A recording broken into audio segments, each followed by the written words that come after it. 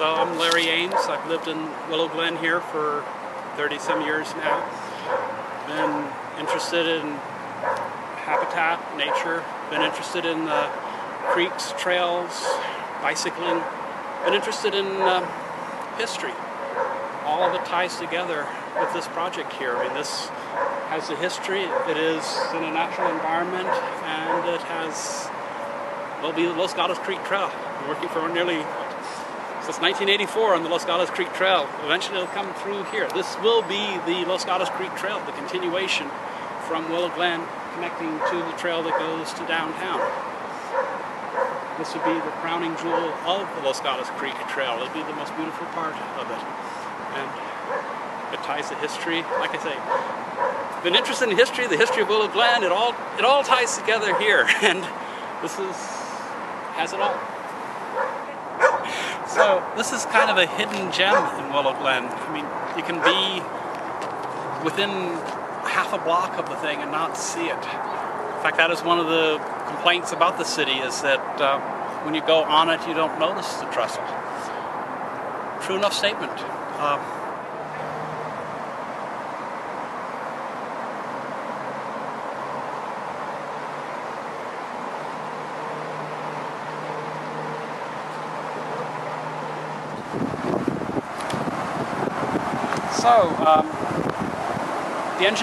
There's an engineering report that was commissioned by the city. They studied this bridge. They go through and describe every single beam in the bridge. They call them bents. There's this structure here. One set of piers going down is a bent. There are 15 bents here. They go by each bent and say which beams are good, which beams need to be repaired, which ones have to be replaced, which bolts to replace. I mean, that is a very detailed engineering report. There have been fires here in the past. Out here with nobody near it, the fires can burn for a long time before anybody notices it. The damage to these ties on top is bad, but they are going to be removed anyhow, it doesn't matter. A couple of the diagonal sashes that are bolted onto the vertical piers are damaged. They need to be replaced. They are easily replaced. You can remove 4 bolts, take this one off, put the other one on, bolt it back on. Not a big deal. The verticals, all the verticals, every single vertical was studied, every single vertical is fine. Some of them are charred and need a little bit of repair, but they're all structurally fine. The bridge is sound. I assume when this is an actual railroad trestle itself, a working railroad trestle, that they would have, continually maintained it and replaced pieces of it. Time, yes. Yeah. So yes, this is a historic bridge. It was made in about the 1920s. It was here from before Willow Glen was a town. Yes, it was a working railroad until about the year 2000. The railroad maintained it, and so some of the piers, some of the posts, the timbers have been replaced over time. Not everything is original. You go to the Statue of Liberty, the inner structure of it has been maintained and updated over time too. It looks the same on the outside. This thing looks the same over time. Looking around, I think I saw a fairly new tie over there. Yeah, do watch your step here. This is an open structure, and until they actually put the concrete slabs on top, it is unnerving to be on. This thing is 210 feet long. It is 25 feet high in places. You're pointing up at the top of the building. So this is the railroad trestle here. We are on the upper surface here. There's the railroad ties. There's this metal catwalk, the very flimsy handrail. All of this is to be removed. This is not the real bridge. The real bridge is the struts underneath, the timbers. I understand they're redwood timbers, quite large timbers. And then these big girders here. If you look down here, you see these railroad ties. These are the small kindling, the small stuff that's going to be scraped away. None of it's important. It's this girder underneath here that's, what is that, almost 3 foot wide. That is the bridge.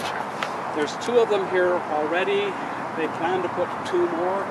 that line up with the edges of the main girders. It makes quite a width to this thing. What is that? 12, 15 feet wide. Those girders, on those they put the concrete slabs, precast concrete slabs on those 4 lengthwise linear longitudinal girders. That is the bridge. And then on top of that concrete they build a railing on the side. So all of the stuff that you see here now goes away. Yes, these beams are rotted. Yes, they're worn out. Some of them are burnt. The metal is burnt. It's flimsy. It doesn't matter. It's all going to be filled up. It's the structure underneath. Okay. Just a comment about the structure. This thing is really well engineered. This was made 90 years ago. They overbuilt it back then because they didn't have computer models to figure out how strong things had to be. But the engineering group that was hired by the city studied this thing. They studied the earthquake load. They studied the water load. They studied the wind load on this thing. This thing is built to last. And it's not going to blow over. You put the concrete slabs on the top. When there's an earthquake, it will not fall over. These things have all these diagonals and all the braces. It was well engineered. So here we are down in the creek channel, and you can see how large and how sturdy this trestle is. Like I said, the engineering report goes through and describes the damage to it. Some of the sashes and cross braces are damaged and need to be replaced. They are just bolted onto the outside with a couple of bolts.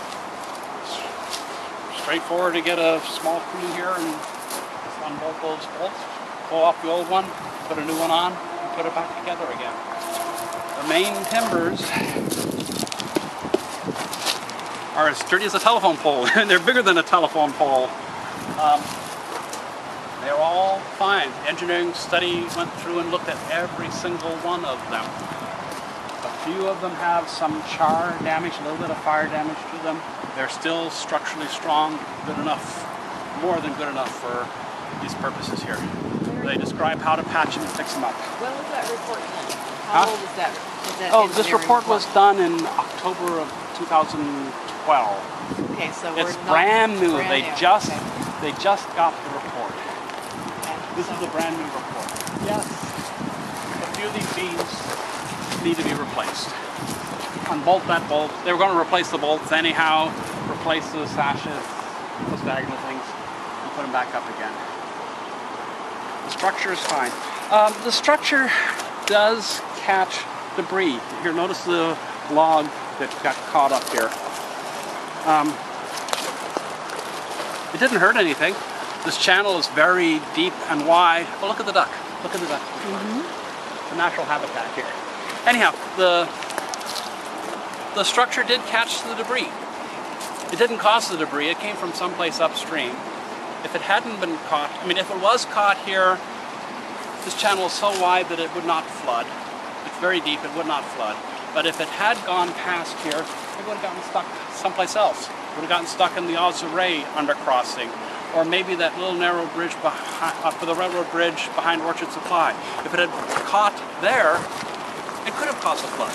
So actually this, rather than saying this is a negative, actually this is a positive, because I mean, hello, you got a free debris strainer here. Okay, one of these piers does have some damage to it. I think that's the one that they said to scrape a little bit and put a railing around the outside of it. The engineering report goes into detail on how to fix that. Yep, there's some weeds here, there's some trash here. It can easily be cleaned up. But look at this trestle. So here you can see the structure of the thing. You see there the vertical piles, they're called. The beam on the top is called the cap. And then the lengthwise longitudinal ones are the stringers. There are 2 of them now. We'd add another one at either end. That would be the width of the trail. The metal stuff goes. Those little beams and that stupid little metal handrail, that's gone. It's the structure you look at. It's a beautiful structure. It is.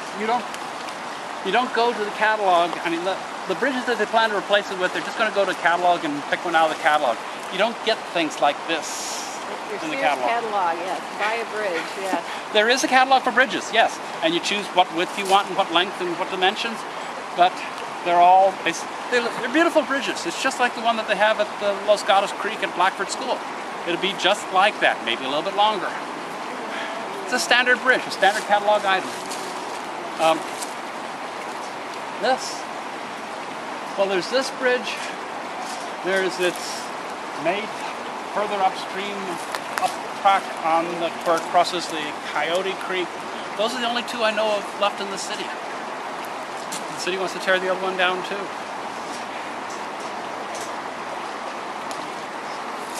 It's beautiful down here. It is. We get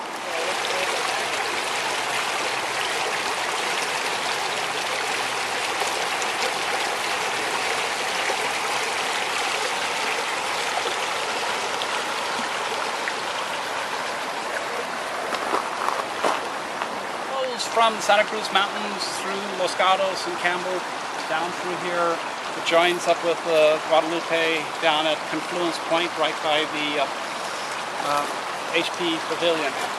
From there on it's the Guadalupe River and flows out to the bay at Alviso. They're fishing here. The fish come upstream here. They continue on past this area. I personally have seen I think it was 18-inch long steelhead trout spawning in the Los Gatos Creek upstream from here at about Hamilton Avenue. I have friends that have seen salmon, meter long, a little over 3 feet long, swimming up past here and spawning. To repair this trestle, it's fixing a couple of the posts, fixing a couple of these things. You do not disturb the stream bed. You do not disturb the habitat here. The rest of the work is done at the top, out of the floodplain, out of the way of the water, so it can be done at any time. If you were instead to replace this trestle, you'd have to come in here and dig up every one of these posts.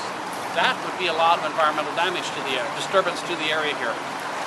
Leaving it in place, just fixing it up, just minor repairs. There's very little disturbance to the habitat, but to remove it and replace it would be a lot more disturbance to the habitat.